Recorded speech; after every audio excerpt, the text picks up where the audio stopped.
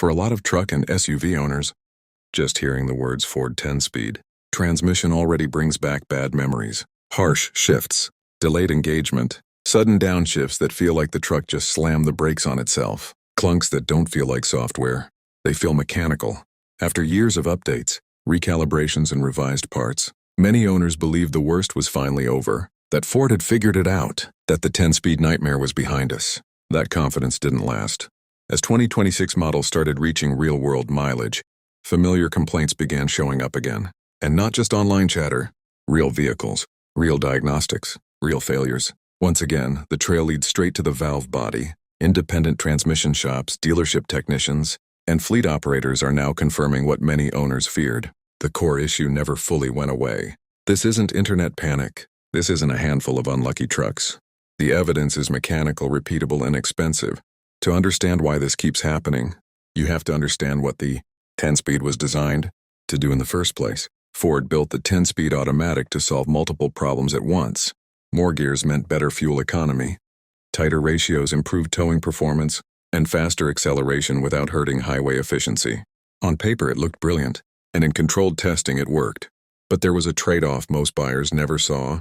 With 10 gears packed into one transmission, the system operates with almost no margin for error. Even slight hydraulic inconsistencies can ripple through the entire drivetrain. When tolerances drift, the whole transmission feels it. And that's where the valve body becomes critical. The valve body is essentially the hydraulic brain of an automatic transmission. It directs pressurized fluid to engage clutches, control shift timing, and manage gear changes. In a 10-speed, that job becomes dramatically more complex. Rapid solenoid activation, extremely tight hydraulic tolerances, constant software adaptation trying to correct physical wear.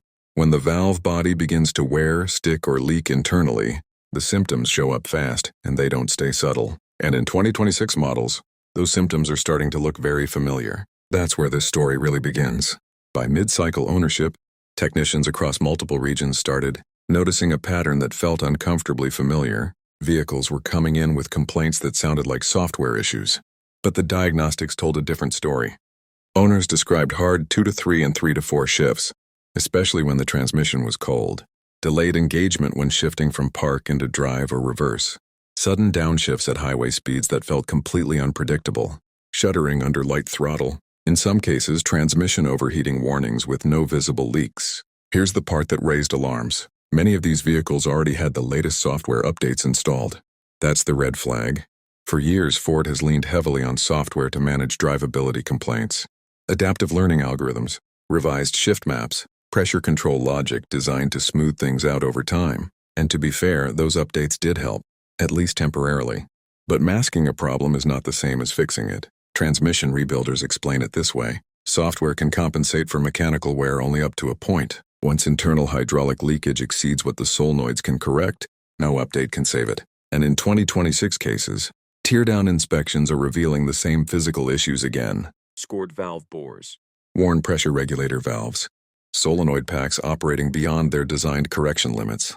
At that stage, recalibration isn't a solution. Replacement is. What makes this especially frustrating for owners is that the failure often pretends to be software-related at first. The truck might relearn shifts after a reset. It might feel better for a few hundred miles. Then the symptoms come back, harder and more frequent. That's because the underlying problem isn't digital. It's hydraulic. Ford did revise components over the years. Materials were updated. Calibration logic improved. Manufacturing tolerances tightened. On paper, the 2026 versions should have been better, but experts point to an unavoidable reality. The design is operating too close to its tolerance ceiling. With 10 gears sharing overlapping clutch packs, even minor hydraulic inconsistencies get amplified across the entire system. Heat accelerates wear. Towing pushes pressure thresholds higher. Stop-and-go driving compounds solenoid fatigue. This isn't a single defective part. It's a system with very little margin for error once real-world conditions enter the picture. And that's why the same failure pattern keeps resurfacing, and even after years of updates. And next, we need to talk about which vehicles are being hit the hardest, and what the cost reality looks like when the valve body finally gives up. While the 10-speed transmission is used across multiple Ford platforms, the failures aren't showing up evenly. The pattern is clear. Vehicles under higher load or mixed-use duty cycles are seeing problems first. Full-size pickups, body-on-frame SUVs, fleet and commercial vehicles. trucks that tow, haul, or spend long hours in stop-and-go traffic. That doesn't mean lighter-duty vehicles are immune. It just means stress exposes weakness faster. Heat plays a huge role. Towing raises internal pressures. Urban driving keeps fluid temperatures elevated. Over time, those conditions accelerate wear inside the valve body, especially in a system that already operates near its limits. Once failure is confirmed, the financial reality sets in quickly.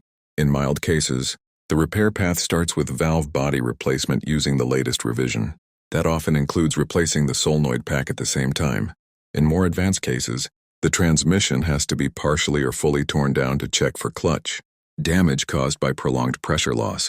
And when wear has gone too far, the only option left is full transmission replacement. Even under warranty, owners are facing weeks of downtime.